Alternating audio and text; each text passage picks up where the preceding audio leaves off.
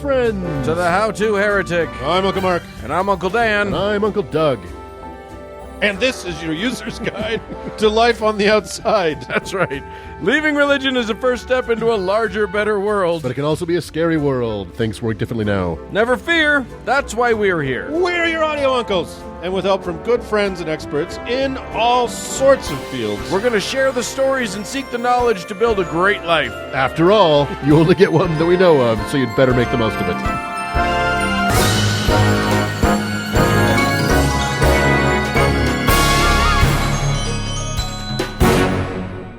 Well, Uncle Guys. Yo. We are Uncle Guys. We are Uncle Guys. That's what we do. But, you know, we could be Aunt Guys. A trio of Tios.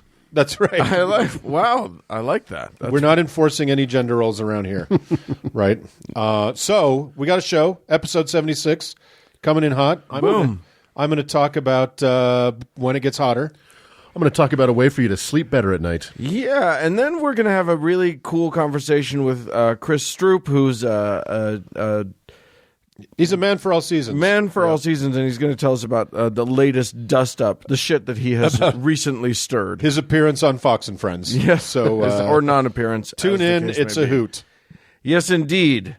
Yeah. Let's do it. Let's do a show. Woohoo!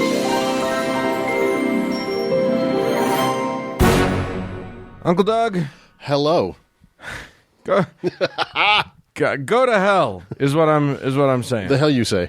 Listeners, a strong language warning. we will use the HE double hockey sticks. HE double hockey sticks term. It's so hilarious how that was a swear. It's hilarious. Yeah, so dumb. So, yeah, folks, today I kind of want to talk about what awaits all of us. Yes, it's true. Everyone listening to this podcast, especially, Is definitely destined. we're bound, according to the Bible, for sure. We are bound for hell, right, Uncle Mark? Flag on the play. Oh no! I'm going to penalize you 15 yards and an eternity for that. So You just did a sports metaphor. did I? Uncle He's got Mark. a sports metaphor a day calendar he's trying to work through. So today I come bearing good news, dear uncles. What? There is no hell. Oh, thank God. There is no hell. What? No, I think you're wrong. We three already knew that, but the vast majority of Orthodox, to say casual Christians, of course, do not. And I would posit the majority of the skeptical world, and certainly those who've left Christian faiths, may not know that the biblical, historical, please look at these enormous proofs of hell are pretty shaky.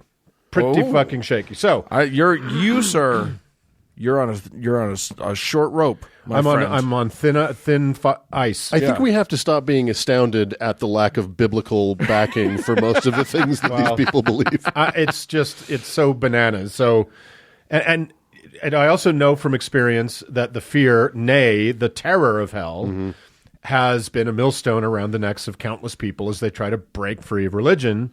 Not really in our case, because weirdly enough, Mormonism is not super hell-centric. Not really much of a hell at all. Doesn't stop you from feeling like shit, though. Well, I think Mormon mortal life is hell. So that you just go straight to heaven after this. What do they call it? Our mortal probation. That's right. Yeah, mortal probation. Well, I think Mormons are more afraid of disappointing Jesus than they are of hell, but it's still guilt-based and destructive. A little less flamey, though. So, You know what? I never put it together, but I've always been terrified of disappointing anyone that anyway, it's a Mormon thing. It's not. it's a very much a Mormon, and it's a Jewish and a Catholic thing. And all Yet that. you disappoint everyone. I do. I decided to go the opposite You should direction. have overcome the fear by now. So, we're going to do. This is going to be a two-part segment. I know everybody's very excited about that. Yeah. And we'll get to kind of the discussion of the terror that it causes in people next time. But I thought I'd start with trying to cover some ground pertaining to the biblical lack of hell, the origins of the, again, air quote, modern idea of hell, and the bizarre evolution of the whole shebang. So it's going to be a good time.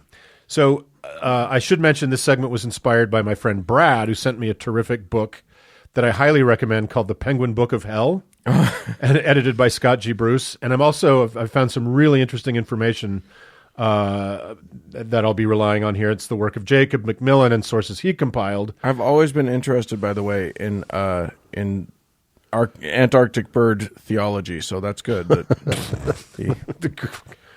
A little more like concisely timed there, Dan. I'm already moving. You were going too fast. I couldn't find an in. The penguins who go to hell. Yes, indeed. The hell is full of penguins. So, anyway, this other author, Jacob Macmillan, wrote a huge 3-part series on the origins of hell. He's a Christian, just one that doesn't believe in hell, but he does have the receipts. So I'm going to lean heavily on that, and I'll include all that in the show notes, so you can enjoy hell at your leisure. So, as Doug mentioned in episode number 70. His beloved King James Bible was the work of committees and subcommittees voting over what was in, what was out. So it kind of making it a mishmash. And in many ways, there's going to be so many air quotes in this, I'm going to dislocate my fingers. and in many ways, the least accurate Bible. It does mention hell by name several times. But earlier translations mention what Christians have come to believe is hell by other names. It appears as 4 different words, the actual meanings of which matter very much. Those words are Sheol, Hades, Tartarus, and Gehenna. Huh. I do love a good Gehenna. It's just it's kind of a botanical. It's moist and it has a weird smell. It's a good douche. I know I've already missed the joke, but isn't being the least accurate Bible like being the least accurate Marvel movie? Well, now you're going to piss off all of the Marvel fans, but so. As I said, most Christians just think these are nicknames for the hellfire and brimstone awaiting people like us and the Jews, but not so. Let's take them one at a time. Okay. Sheol. Yes. Sheol is an ancient Jewish concept of a sort of an afterlife. It's classically neither punishment nor paradise. It's just kind of storage, right? Okay. So this is consistent with older ideas of the afterlife in the region, such as the Babylonian and Sumerian House of Dust, or as they call it, Aralu. It's also very similar to the concept of the second word, Hades. Okay. So like Sheol, Hades, the place not the god, is kind of storage. Like no goodness or badness grading scales there, just where pretty much all the dead go into a forever limbo, right? And obviously Greek ideas had massive influence on the writers of the Bible. And of course, as we know, the early versions of the Bible were in Greek, etc. But Hades is not like the Christian hell at all. The third word to mean hell in the Bible is Tartarus. And as we talked about in episode 27, Tartarus is in fact under Hades. Right. So far under Hades, it's a 9-day anvil flight from the surface of the earth. And it's a special population prison for the vanquished Greek titans. And it's the home of Prometheus and Tantalus, among others. Right. And so it's so madly specific to Greek polytheism, its appearance in the Bible and misapprehension as Christian hell is ridiculous. And lastly, the fourth word, which I think is the most fascinating, Gehenna, the one which is found most often in the mouth of Jesus. That's right, in the New Testament. Yep. Gehenna is a valley on the edge of Jerusalem. And it seems this was a place where ancient Judean child sacrifices were performed when they were doing that sort of thing. You got to love a good child sacrifice. It's a great way to start a week. You must put the right foot forward and then cut it off. I love the smell of Gehenna in the morning. The smell of toddler in the morning. So after that was done away with, it was considered a cursed place for obvious reasons. So in time, it became Jerusalem's garbage dump. Right. And that dump included human bodies and smoldering trash fires. So it's maybe the closest idea to what we understand as hell of the four words, right? So it seems that the writer of Jesus' words intended the idea of being tossed in the ghastly, smoky dump to be what life outside the presence of God would be like. As with so many biblical problems, much of what would become a post-biblical, non-canonical concept of hell is bedeviled by the details of poor scholarship and translation. One major fuck-up is the translation of a Greek word understood to mean age or an age, period of time, having become eternity or eternal, right? So there is talk of being punished for a time that somehow got extrapolated out to forever. Right. There's a ton more scholarship on the linguistic and historical conclusions for hell not being a biblical concept. You can explore all the links I'll put in the show notes. But suffice it to say, the KJV and much of the Christian world created the word hell as a lazy catch-all for those fully desperate other words. So where did what's now probably the second most defining concept in Christianity come from then? I shall quote Dr. Ken Vincent here. Yes, please do. As we all know Dr. Vincent's work. The first person to write about eternal hell was the Latin North African Tertullian, who lived in 620 to 220 CE, who is considered the father of the Latin Church. As most people reason, hell is a place for people you don't like. Tertullian fantasized that not only the wicked would be in hell, but also every philosopher and theologian who ever argued with him. He envisioned a time where he would look down from heaven at those people in hell and laugh with glee, end quote. So basically a dickish personal vendetta. How Christ-like. But Dr. Vincent goes on to explain the real culprit, which I found fascinating. By far the main person responsible for making hell eternal in the Western Church was St. Augustine, who lived from 354 to 430 CE. Augustine was made Bishop of Hippo in North Africa, not Bishop of Hippos, which I found disappointing. I don't know. I think it counts. Yeah, I think so. It should cover all water. It covers everything that exists there. I feel like there's anything that lives in the water but can walk out of it. It covers that. So he did not know Greek. Had tried to study it, but stated that he hated it.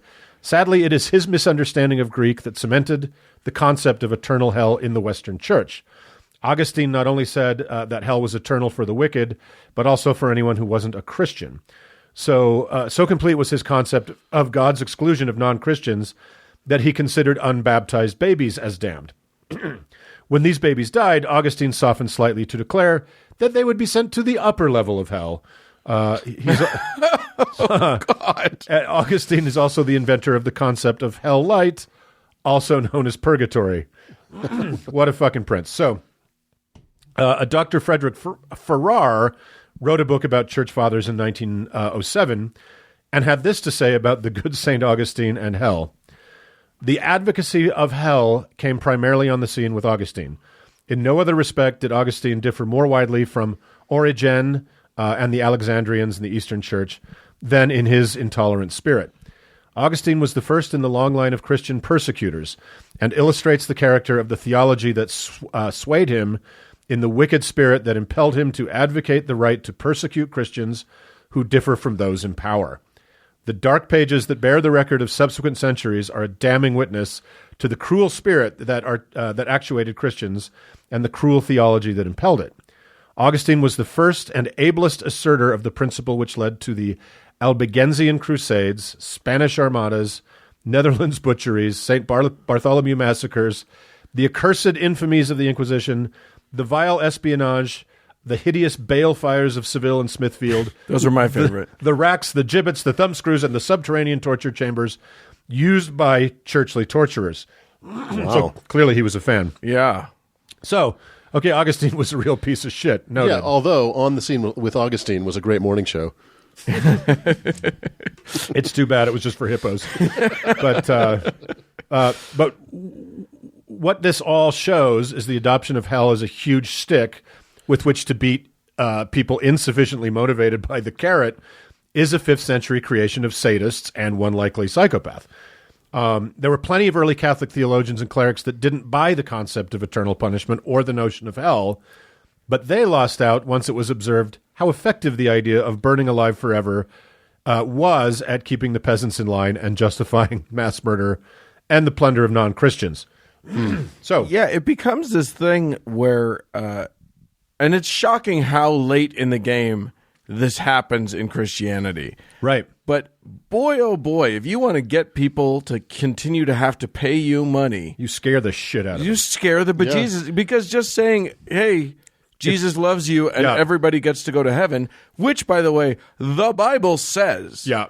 It says everyone is saved through Christ. It doesn't say everyone who's good is saved through Christ. It's just Santa Claus for grown-ups, right? Well, but this is the opposite of Santa Claus. This is the boogeyman. This is the Black Peter for grown-ups. You need to have a Krampus. Yeah. Because just Santa isn't enough to bring people back to the pews every week. Right. Opposition in all things, I suppose. So relying on the excellent Penguin Book of Hell, which is not about penguins in hell, as Dan insinuated, let us explore a few stops along hell's bullshit evolution from a borrowed Greek myth and a municipal dump to the feverish joys the idea of eternal flames brings to the sweet slumbers of good people like our current vice president.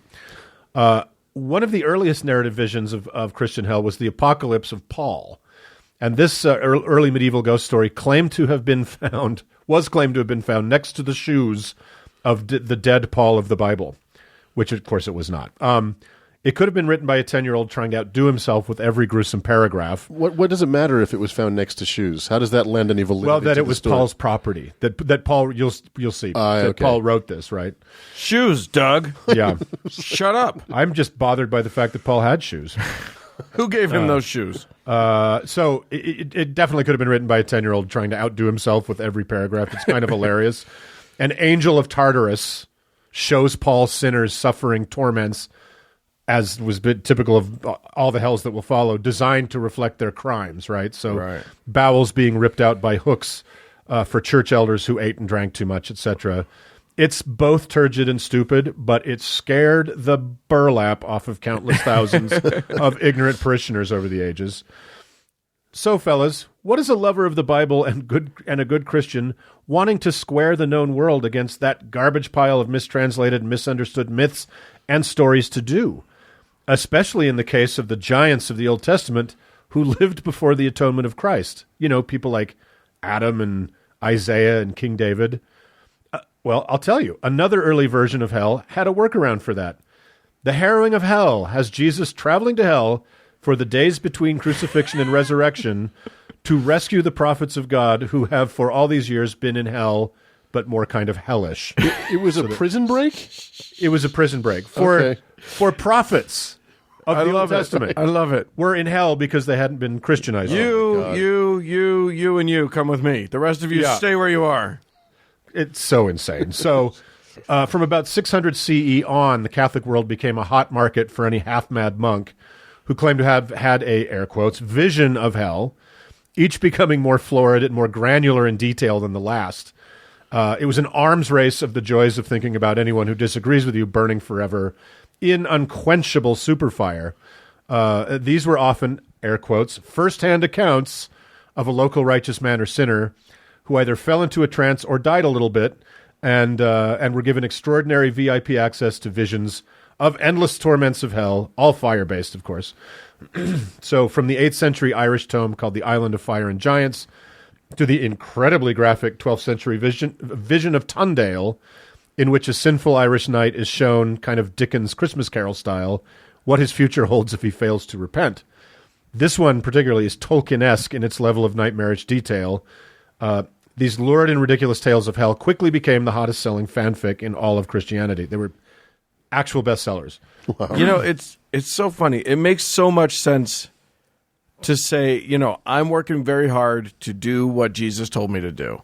And my neighbor is not working hard at all, and he's having a lot of fun that I don't get to have. So he should be punished for that. So, yeah, I want to feel a sense of justice about this. Right. Of course you're going to buy into a narrative that says that he's going to burn and I'm going to be exalted and I win and he loses and fuck you for and return my shovel, you bastard, and all that sort of thing. Well, it's like buying a Stephen King book, right? It's scary.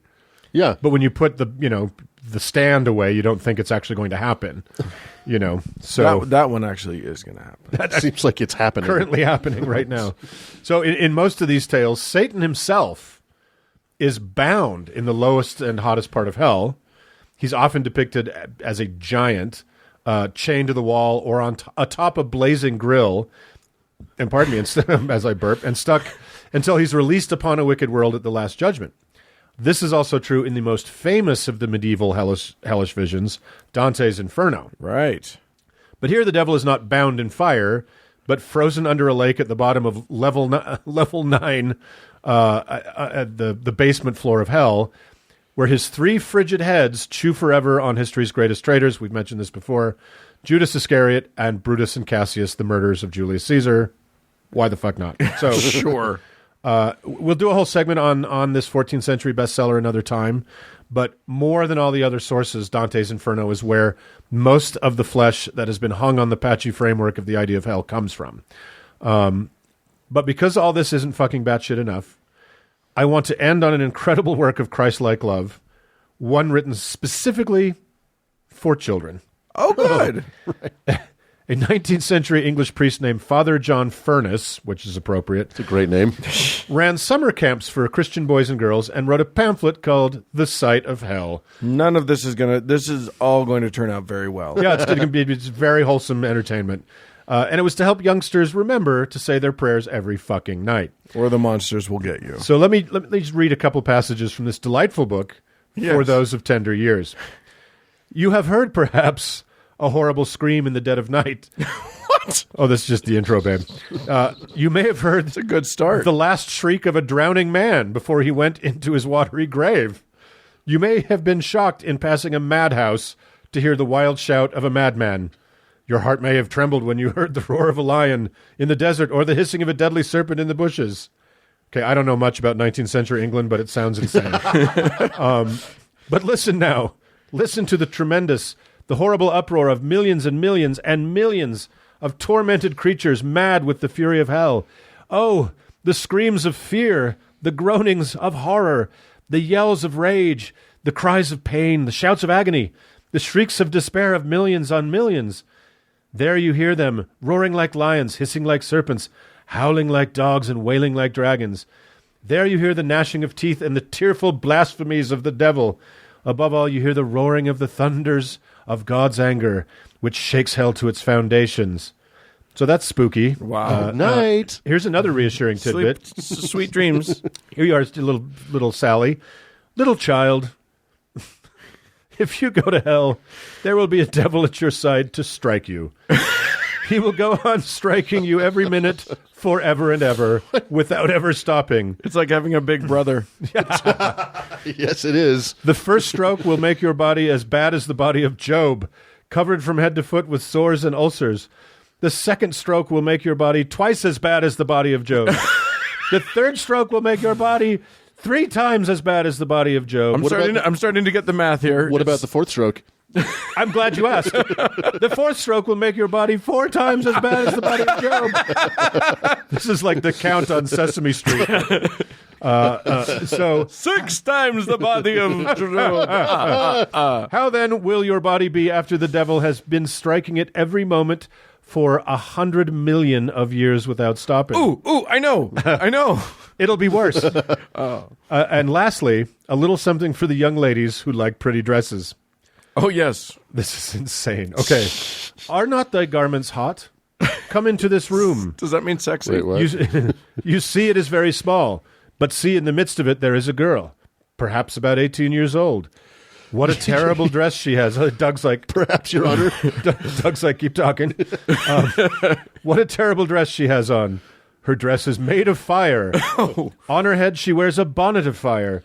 It is pressed down close all over her head. It burns her head. It burns into the skin. It scorches the bone of the skull and makes it smoke.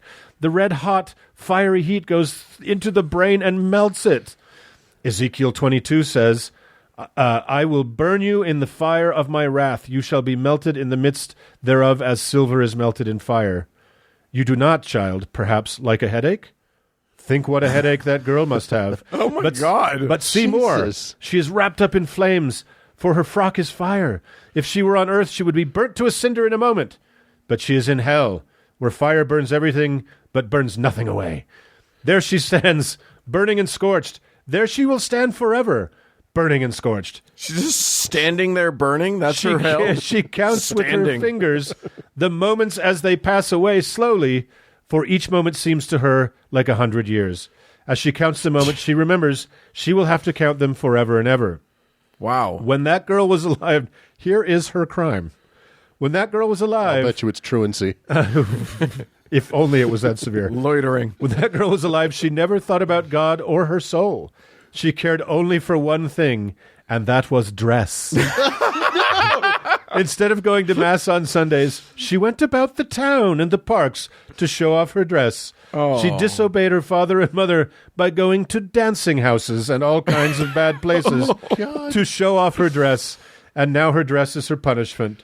For by what things a man sinneth, by the same also he is tormented. What happens to jaywalkers? So that concludes today's journey through the flaming underbits of Christian love. Can I just point out that it wasn't long ago that there was a very, very popular pastor. I think he was in Oklahoma. Pearson was his name, who actually came out as no longer believing in hell. Oh, I remember that. He basically figured out what you're talking about, which is that there is no hell in the Bible. It's not biblically sanctioned. It is just an idea that came about long afterward. Yeah. And he said, you know what? This doesn't make sense to me.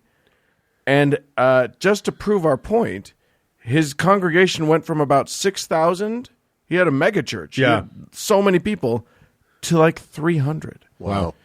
Because people don't stay in their pews if they're not motivated by fear. I feel like if I was a Christian, I would want very much somebody to explain to me that hell is not real. Right. That would be an incredible relief to me. Except that then you stop paying money and you stop going to church because you're not worried anymore. It's a win-win. Yeah, exactly. Well, yes, it's a win-win for you. It's all upside. Not awesome for preachers. So that this has been a long way of saying that hell is not fucking real, even from the biblical perspective. So, even in the Bible. Even in the Bible. So get out there and get your sin on, free from fear, friends. And as I said, this is a two-parter. So let me set up part 2. If any of you good people out in radio land came out of a faith or experience where hell loomed large and was very affecting, Or looms still. or even a lot of people who've left religion still have it sticks to them. So shoot us an email at howto@howtoheretic.com. Tell me a little bit about how it affected you, and if it still does, or you can tweet me. I'll tweet about it too. And that'll help me put together the second part of our journey into hell. So, with Uncle Dan rethinking his pretty dress and all the misspent time at the dancing halls, I'm just switching it out for flame colors. let's move on. Moving on.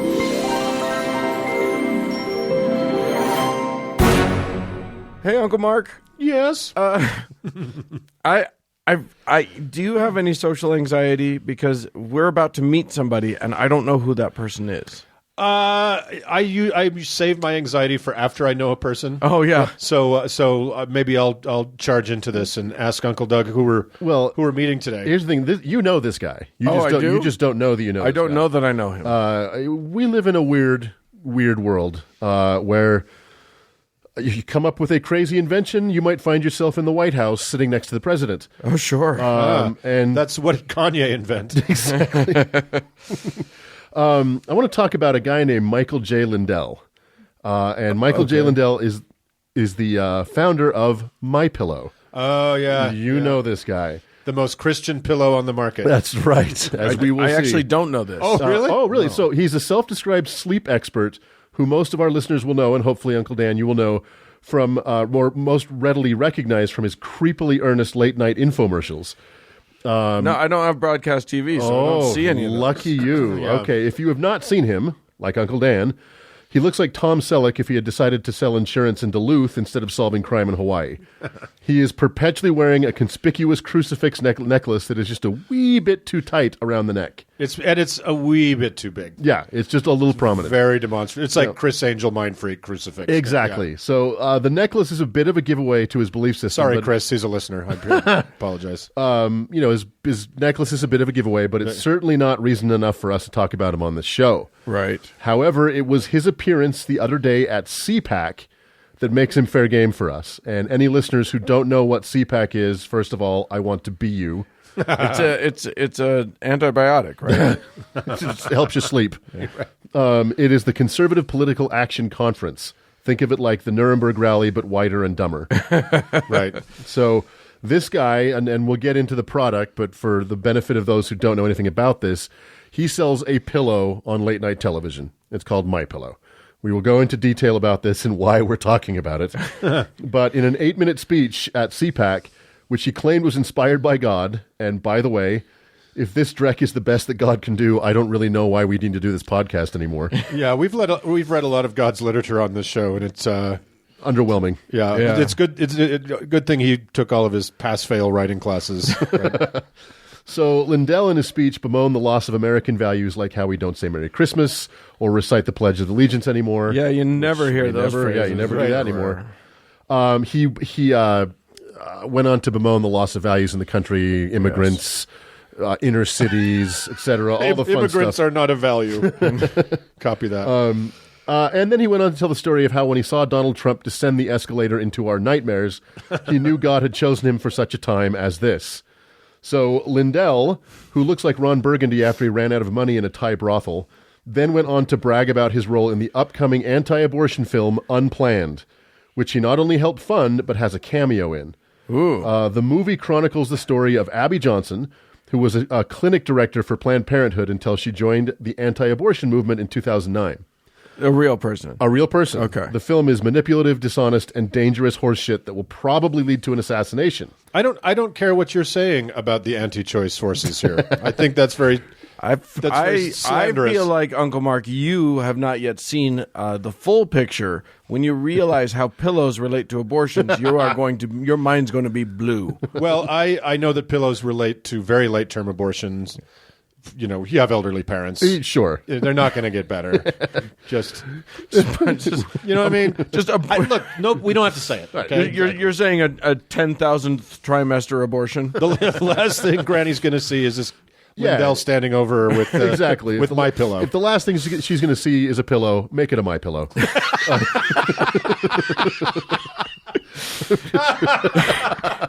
We need to make that. If you're going to be smothered, So back to this movie.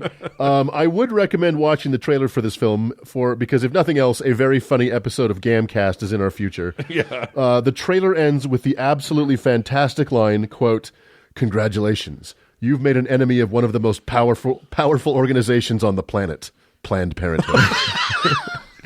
Hail Hydra. So yeah, exactly. All right.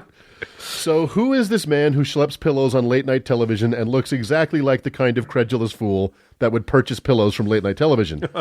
Born in Mankato, Minnesota, Lindell, who I promise you always smells like cheese, bounced through a bunch of small businesses like carpet cleaning, lunch wagons, and some bars and restaurants before striking gold in 2004 with MyPillow. Lindell became addicted to cocaine and alcohol in 1982 and then crack in the 90s. Wow. Yeah, he founded well, MyPillow. it's cheaper. Yeah, right, exactly. It was cost cutting. He founded MyPillow. Well, which is odd for an evangelical Christian because it's considered a black drug. Yeah. Right. He somehow overcame he's too that. racist to do crack. He founded MyPillow while he was still an addict, which is amazing because he probably wasn't doing much sleeping at the time. His addictions got so bad that he lost his marriage, his house, and nearly lost the business before sobering up in 2009. But he kept the pillow. He kept the pillow. Subsequently, Lindell founded the Lindell Recovery Network in 2017 that helps addicts overcome their addictions by exposing them to, any guesses? Jesus. Pillows. That's right. Oh. Christian Recovery Organization. And okay. crack. That's right. And crack. This network and his successful small business led Lindell to sit next to President Trump in October of 2018 at his opioid crisis meeting, where Trump endorsed his pillow and claimed to use one. So I don't want to know any of that. let's talk about the company and the product itself. You should see what he had some Russian hookers do to that pillow. Horse. Jesus. Cody, you know what to do. Just cut all of Dan. That's, I think he's got a program. it's an app. Cut your voice. Let's talk about the company and the product. Lindell, who always holds your gaze a little bit too long, has claimed that he employs thousands of people when the number is actually 1,600. How many? Which ain't nothing. How many gays does he hold? Oh. Hey-o. Bada boom. But that's such typical Yeah. No wonder he and Trump. right-wing inflation. Exactly. A main selling point for the company is that it is 100% American. So, Boom. there are literally dozens of videos on YouTube for MyPillow. Most are his ads, which I'm sure most of you have seen, where Lindell cradles his pillow like a fat baby with a creepy smile on his face. Several of these videos feature Lindell standing over a pretty young white girl, always a white girl, as she pretends to sleep, so he can demonstrate some of the features of the pillows. Yeah. This mostly has him bending over her and pushing down. Wait. A pillow does not have features. Oh, believe me. sorry. Wait, strap in. It is a singular object. These videos mostly have Lindell bending over the woman and pushing down on the pillow.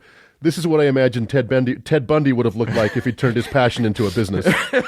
So, in some of the videos, he blathers on for up to half an hour, in some cases in front of a live studio audience that could not be happier to be there. I have watched these videos, so you don't have to. Please heed my counsel. Do not watch these videos. Unless you are desperate to learn all about pillow science.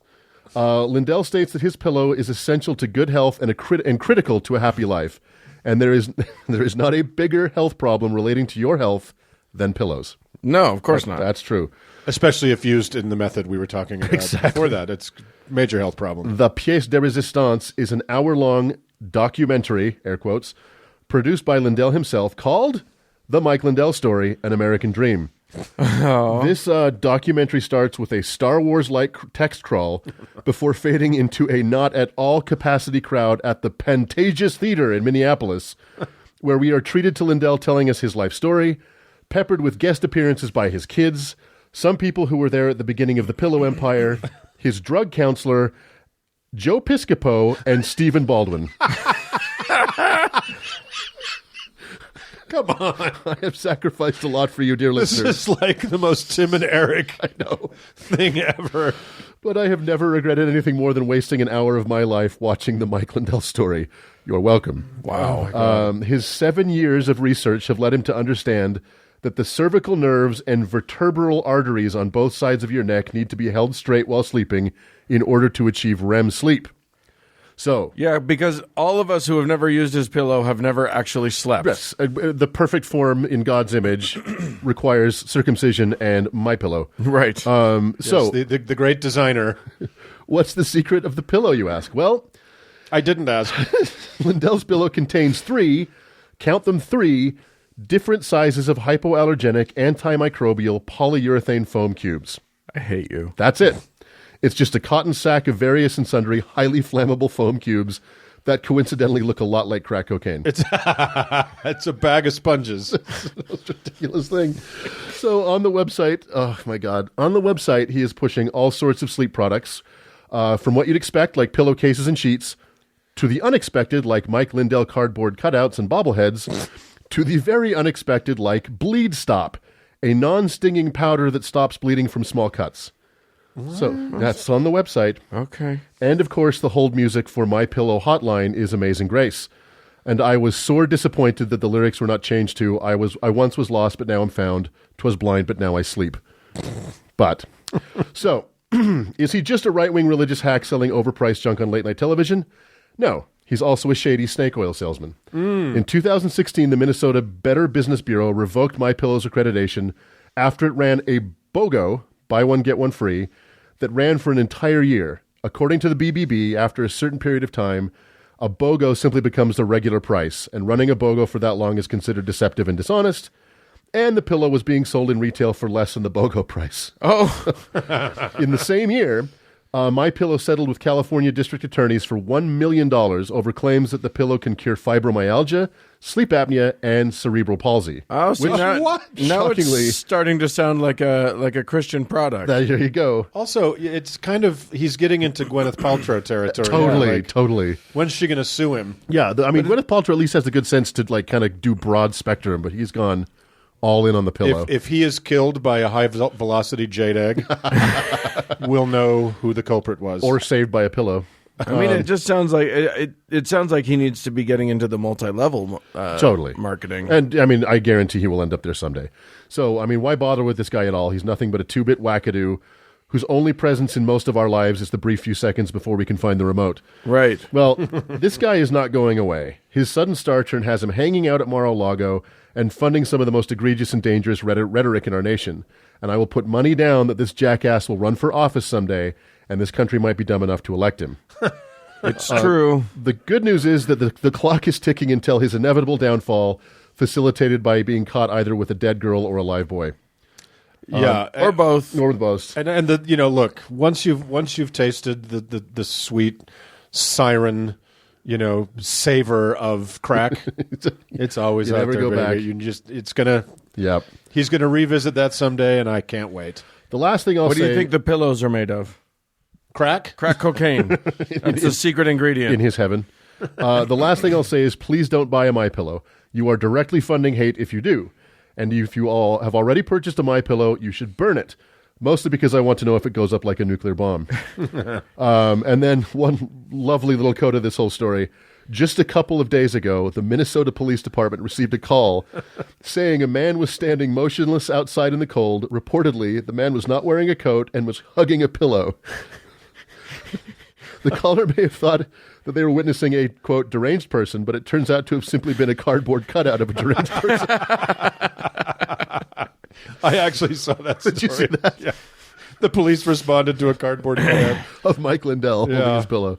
That's symbolic of something, I So suppose. I know a bunch of you out there have seen these ads, and now you know a little bit more about the man that you're going to see a lot more of. So there you go. Yeah, our Wow. next president. Let's, Yeah, exactly. Before that happens, let's move on and kill ourselves. Moving on.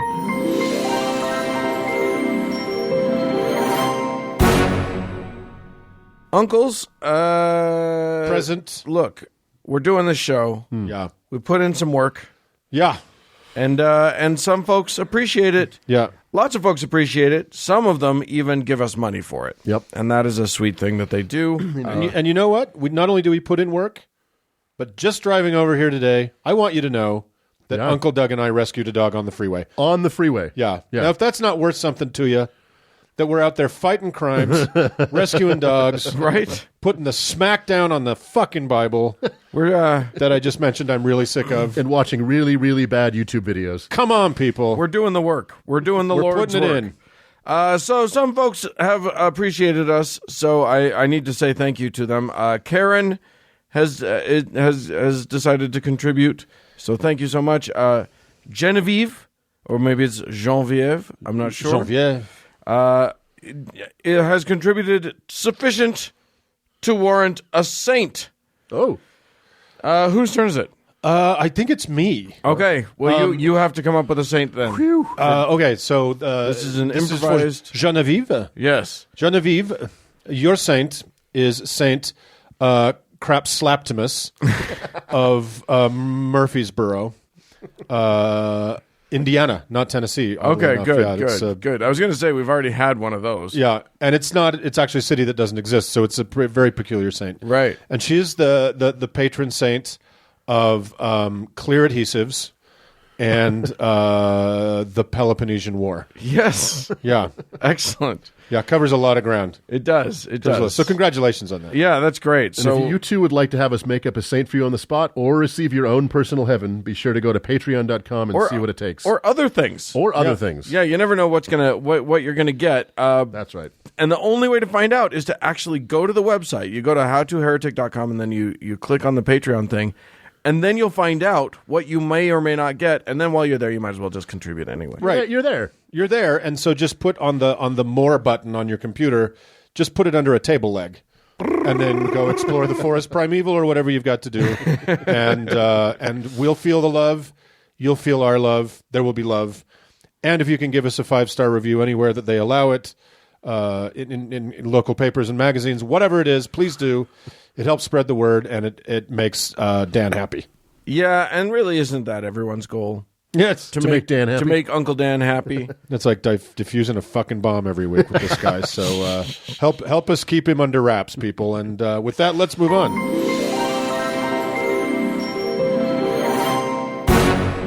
Hey, Uncle Doug. Yo. You remember how you where did you go to college again?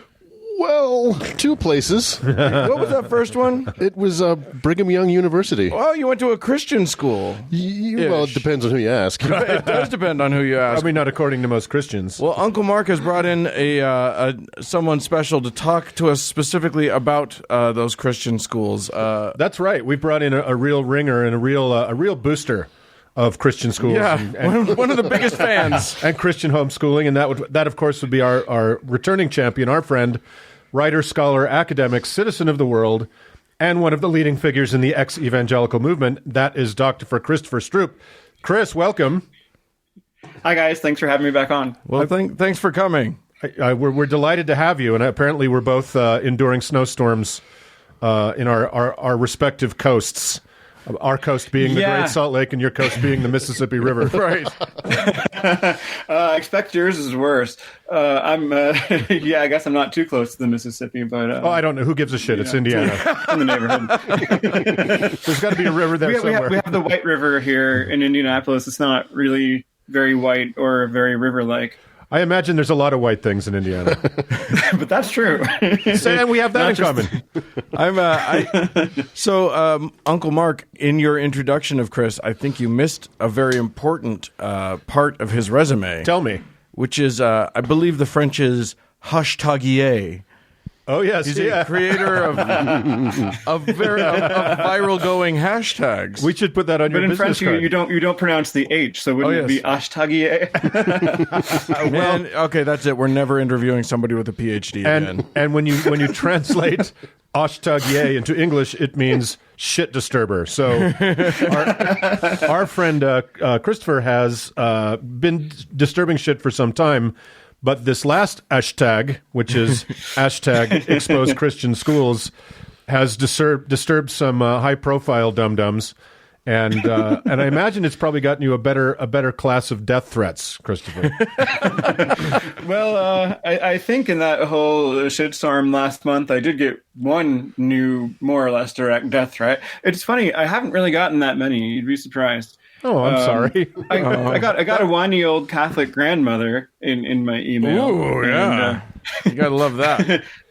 So I didn't reply to her. So let's. Why don't you tell us a little bit about what kicked this off? If I'm not mistaken, and correct me if I'm wrong, it was when it all started when Mother, also known as Karen Pence, can we call her Ma Pence? Ma Pence took of Indiana. Took a job teaching, and I'm going to air quotes, art at an anti-LGBT Christian school. Is that? Can we put the school in air quotes as well? You're right. Likely. Is that what kind of got you thinking about this? Yeah, I mean, so she went back to a job that apparently she had before in Virginia near DC, teaching at this K-8 school, which, most schools that call themselves Christian schools or Christian academies, which by and large, those are going to be evangelical fundamentalist schools. They are explicitly anti-LGBTQ. They teach this kind of patriarchal theology and young earth creationism. And so, this school's policy states strictly, no gay parents, no trans people, no gay students or trans students, no gay or trans employees, etc. So naturally, she got some pushback from liberals who, and just normal, decent people who understand that you can't work in a position like that as the second lady and expect everyone to be fine with it. And, right. Act like you're representing all Americans somehow with this, explicitly discriminatory position that you're working in. So I didn't initially create any kind of response to that. I believe I shared some of the early reporting on that, like Rebecca Klein's reporting for Huffington Post. If I remember correctly, she broke the story. And then, though, there was this just really petulant pushback on the criticism from the right, sort of the "how dare you persecute us" in a first, right? In a first for the Christian right, they whined about it. Yeah, they seemed to feel that, it's weird because you never hear them talk about them being martyrs or put upon. They've got a really thick skin normally. Yeah, usually. Yeah. So it was David French in National Review, and it was Mike Pence himself on Twitter, and he actually said, criticism of Christian education in America must stop, or he tweeted that, and I was like, this is bullshit. You're like, wrong, it must start. And here we go. So in the moment there, I created the hashtag expose Christian schools, and I kind of called on other alumni of these right-wing Christian schools to, I believe the phrase I used was, tell at VP and at David A. French what these bastions of bigotry are really like. Yes. And boy, did they. Yeah, so I didn't expect it to go as viral as it did. It wasn't a pre-planned action. But then once I did create that tweet and that hashtag, it was, again, like Empty the Pews. It was a hashtag that came to me in the moment. It wasn't something that I actually thought about. I was like, maybe I'll create a campaign. Maybe I'll consult with some focus groups. Nope, just threw it out there. And like Empty the Pews before it kind of blew up. So I did then share it in some retweet groups and with some people to see if we could get a little traction. I thought we might get a good discussion going. But, I didn't realize, and this was January 18th, that by the first, and that was a Friday, which you might think would be a bad time to make something trend. But I guess maybe because Friday is kind of quiet, it was easier to get into the top trends. And then that's when more people notice, including trolls who start creating counter talking points. Right, of but course. by Friday night, I was watching the top trends, and it reached number 1. And by Friday night, it had over 20,000 tweets. Jesus. Then on Saturday, January 19th, the whole Covington Catholic MAGA hat wearing boys story broke and created a huge firestorm. And at that point, the hashtag really took off. Right. And in many people's minds, it became conflated with the Covington story. And as the right-wing media sphere, I guess, or their whole media machine, thought that they could get a win out of that by saying, why are you being so mean to these poor little white boys? Right. The story became, to them, they also, I think, deliberately kind of conflated it with Catholic schools, whereas I had originally meant it to target evangelical schools, the ones that call themselves Christian schools or Christian academies. And it's perfectly fine, of course, to expand the conversation to Catholic schools, which have major problems as well, and Mormon schools, as you mentioned, and also colleges and universities. Though, again, I had in mind, primarily like K through 12 Christian schools, but I have also been doing all this investigative journalism for several years now on what's wrong with Christian colleges, the way that they purge faculty, the way they persecute their LGBTQ students, and they make one's stance on same-sex marriage a litmus test in hiring. They directly ask people about it. So, I've been doing that too, and it also became part of this discussion. And then, the right just absolutely went nuts. The hashtag was mentioned on Fox and Friends at least twice. But, No way. but without mentioning who created it or who was using it, because what the right wanted to do was portray this thing as coming from somehow, liberal coastal elites and Hollywood types, rather than coming from actual, alumni of actual Christian schools who have things to say. So before we get to the story of sort of where the hashtag went and what was going on with it, why don't you tell us some of the sort of if you can encapsulate the kinds of tweets that were happening, the kinds of the things that people were talking about who were participating in your hashtag. Yeah, they fell into several broad categories. And so some of them, one of those categories would definitely be queerness. And another one would be gender, obviously closely related, gender, sex, sexuality, being a woman, being queer, because those things are obviously more difficult in this intensely patriarchal environment. Another big category that came up was race and racism. I tweeted about having to go through a worksheet which clearly illustrated the curse of Ham theology, even though it didn't exactly say that black people today are still cursed because they're descendants of Ham. It clearly showed on a map that they were the descendants of Ham. You had that experience? You did that? Yeah, that's not only a Mormon thing. Nice. What age were you? What age were you when you got your lesson in Ham? It was either 7th or 8th grade. I think I said it was 7th, but I think maybe it was actually 8th. It was whenever I had Mr. Bromer at Colorado Springs Christian School in Colorado Springs, Colorado. We're putting you on blast, Bromer. So it had I don't remember his first name, but yeah, Mr. Bromer, wherever you are. It had a map where it was like, so Africa is... We're not saying it's black people. It just happens to be this continent. Well, so it had like illustrations of Shem, Ham, and Japheth, right? Oh, boy. And it was not in color, but they were obviously like, this sort of folkloric caricatures. Like Ham was obviously black. And then they had these arrows. Which one was holding pointing a basketball? to parts of the world that they supposedly populated. Oh, my God. Wow. Yes. So the cursed people, they all just happened to congregate below Europe then. I did see something like I did see one Like that. one tweet where somebody said in the exposed Christian schools where they said we didn't have I'm paraphrasing, we didn't have a prom or a dance, but we did have a slave auction Yeah. where it was a fundraiser, right? Yeah, I had no idea that was a thing. And that sparked, I think, hundreds of replies, thousands of retweets. That particular tweet was really interesting because the person who tweeted, I'm forgetting her name, but she said that the auctioneer, the teacher or administrator who was playing the auctioneer, literally held a whip. So this wasn't exactly subtle. wow. It wasn't like ancient Athens or Roman slave auction. Oh my god! But then it turned out that a number of public schools, I guess, particularly in the South, have used slave auction fundraisers as well. And I heard about a bunch of other Christian schools that used them and only abandoned the practice in the 90s, or maybe they didn't abandon it. They just changed the name to Servant Day. Right. Okay. That's well, better.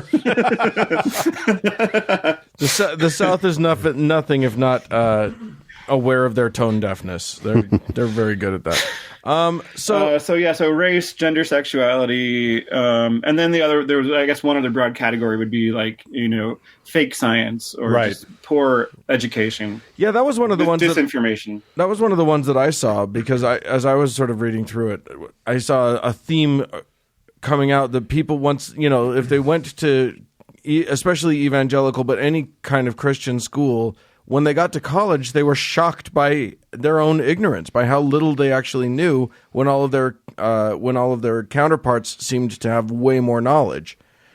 Yeah, and here I should say that this is not necessarily, or for the most part, this is probably not going to be true of people who graduated from Catholic schools, which do vary considerably in a way that evangelical schools do not. And I'm not trying to at all absolve them of their horrible history and current, present abuses, particularly with respect to Native American populations, but also, child sexual abuse in Catholic schools. I mean, it's happened here in Brebeuf, at a school called Brebeuf, which is a Jesuit academy in Indianapolis.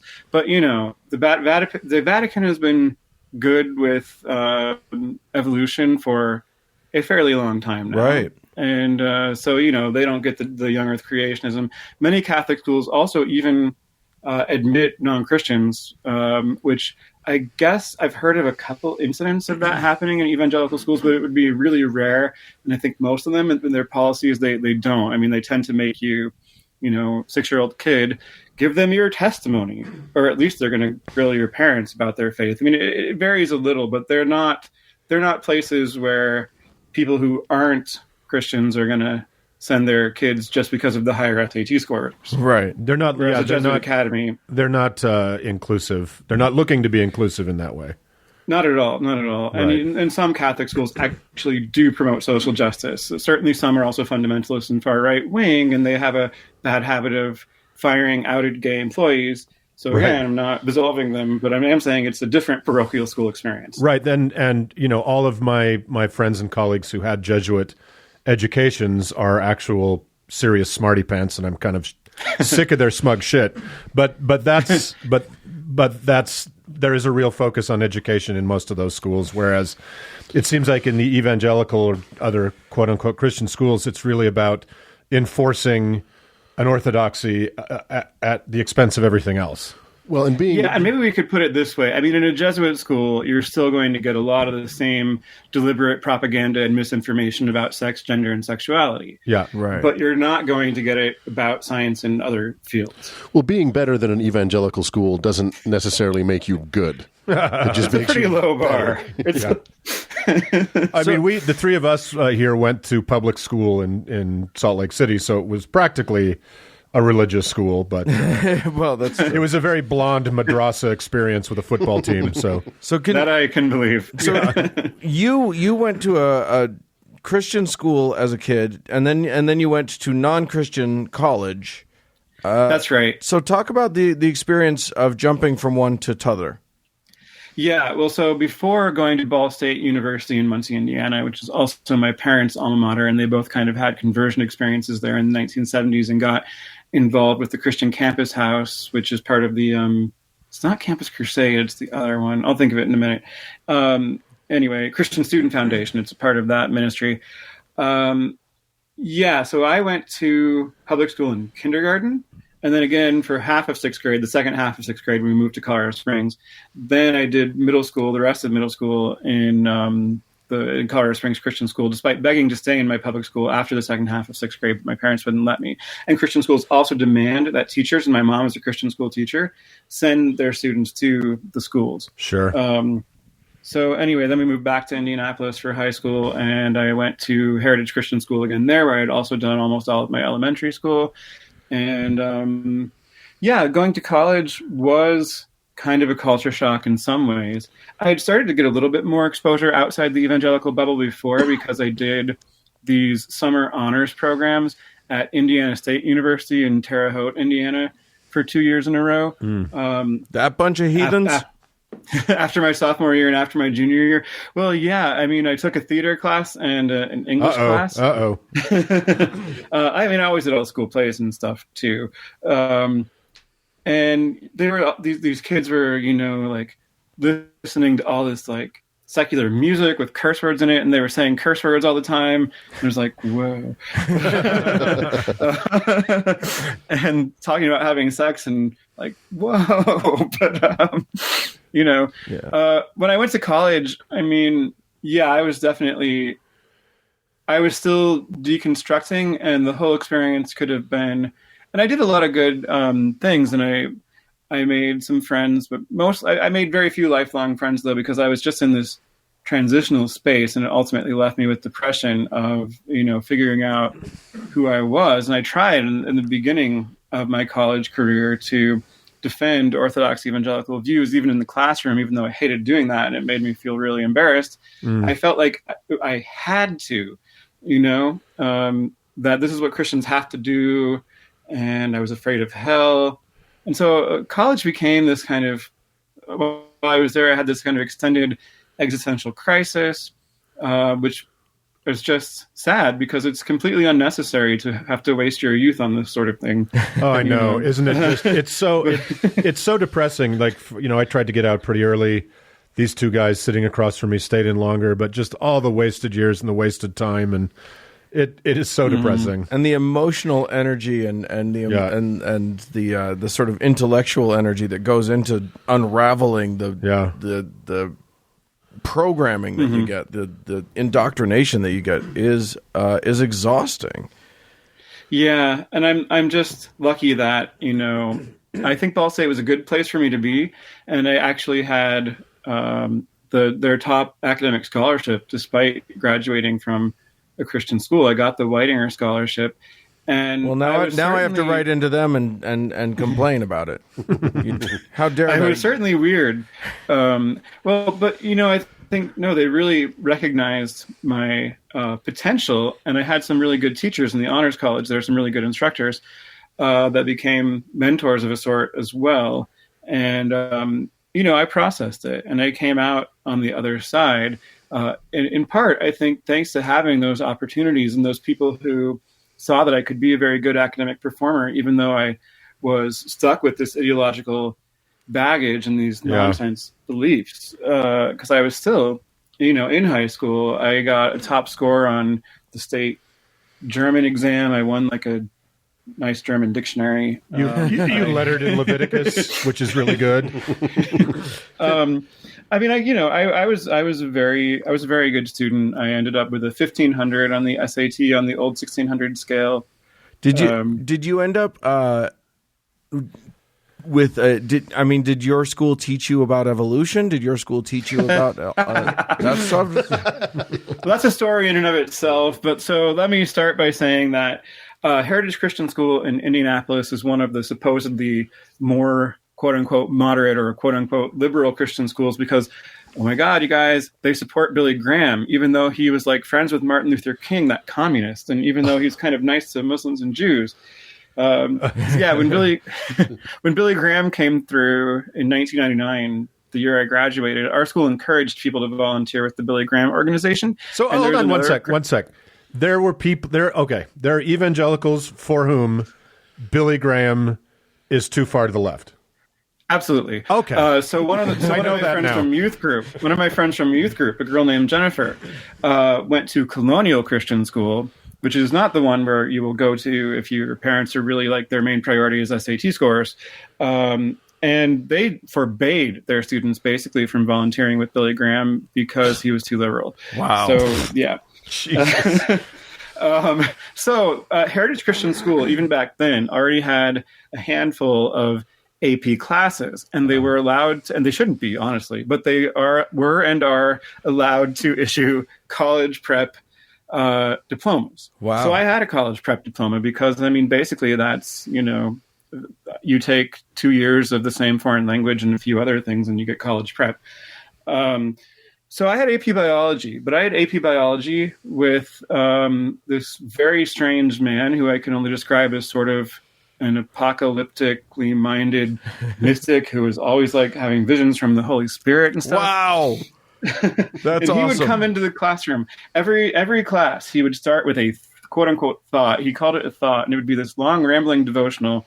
And Jesus. at the beginning of the academic year in particular, and AP is 2 periods, AP biology, because you have to have a period for the lab. Sometimes he would take up almost the whole first period with his rambling thoughts. And there would be things like, so I had this dream, and I was before the white throne of judgment. Oh, my God. Christ was separating the sheep from the goats, and I was very nervous, and I was running around trying to see if any of my students were among the goats, and then I was so relieved that they weren't. And he would go on in this way, and he was always talking about how, it must be the year of Noah this year because look how much sin is increasing. Our country is being so nice to gay people now, obviously, because, as it says in Matthew, as it was in the days of Noah, so will it be in the time of the coming of the Son of Man. And did you hear they're genetically engineering red heifers to sacrifice in the temple now? The red heifer.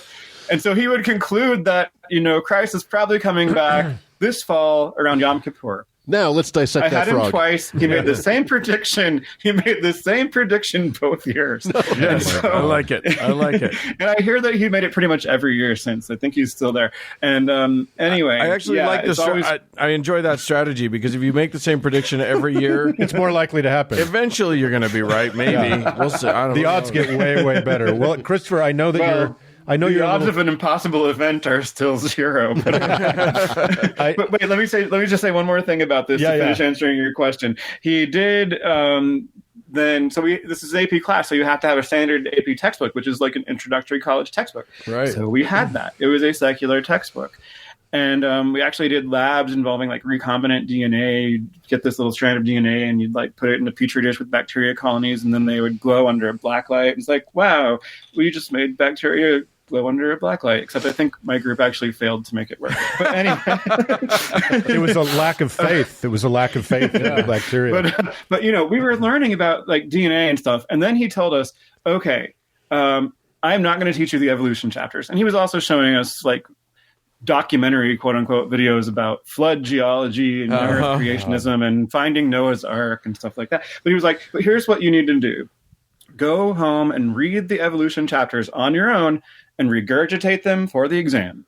Right. So, classic lying for Jesus. He didn't even teach them. He didn't even teach No, he them. would not teach. He would not teach the chapters, but he did tell us to regurgitate them for the exam because in certain circumstances, apparently, lying for Jesus is the Christian thing to do. Well, You're not supposed to believe it, but you're right. supposed to say you do. on an exam. Teaching to the test is what they call it. But Christopher, I know you're pressed for time. We're so grateful you came on the show today. Well, thanks so much for having me. I mean, so is the idea that we are, or I'm a little confused, we are or aren't supposed to send our kids to Christian schools? Stay far, far away from Christian schools. Oh, you turned out all right. I think it's a great idea. Yeah, Chris, you're pretty awesome, so maybe it's great. Thanks. And Got to give your kid something to struggle against. Don't think that's how that works. Okay. Encourage your kids to join a robotics team or maybe even a sports ball team if your kid is so inclined. Well, listen, if people didn't hear about you on Fox and Friends or Breitbart or Tucker Carlson, or the How to Heretic, where can they find you, Christopher? So I'm definitely very active on Twitter. If you're on Twitter, you can find me at C_Stroop, STROOP. I also have a website where I've got a list of resources and a blog and some other things. It's now at cstroop.com. It used to be at chrisstroop.com, but I lost control of that domain, and I don't know if I'm going to be able to get it back recently. So I'm trying to kind of rebuild the web presence that my site had. But anyway, yeah, at cstroop.com, the blog is called Not Your Mission Field. NotYourMissionField.com will also direct you to that site. And I write fairly regularly for Playboy. I've written for Foreign Policy. I've been a regular contributor to Religion Dispatches, both the old Religion Dispatches and also the new one, which is under Rewire.news. So, yeah. Right on. Awesome. Well, thank you once again for joining us. Good luck out there, and I'll watch for you on Breitbart. Your next your next French hashtag will bring you back on. All right. Okay, great, All right. sure. Thanks. Take Thanks, care, guys. Christopher. Thanks.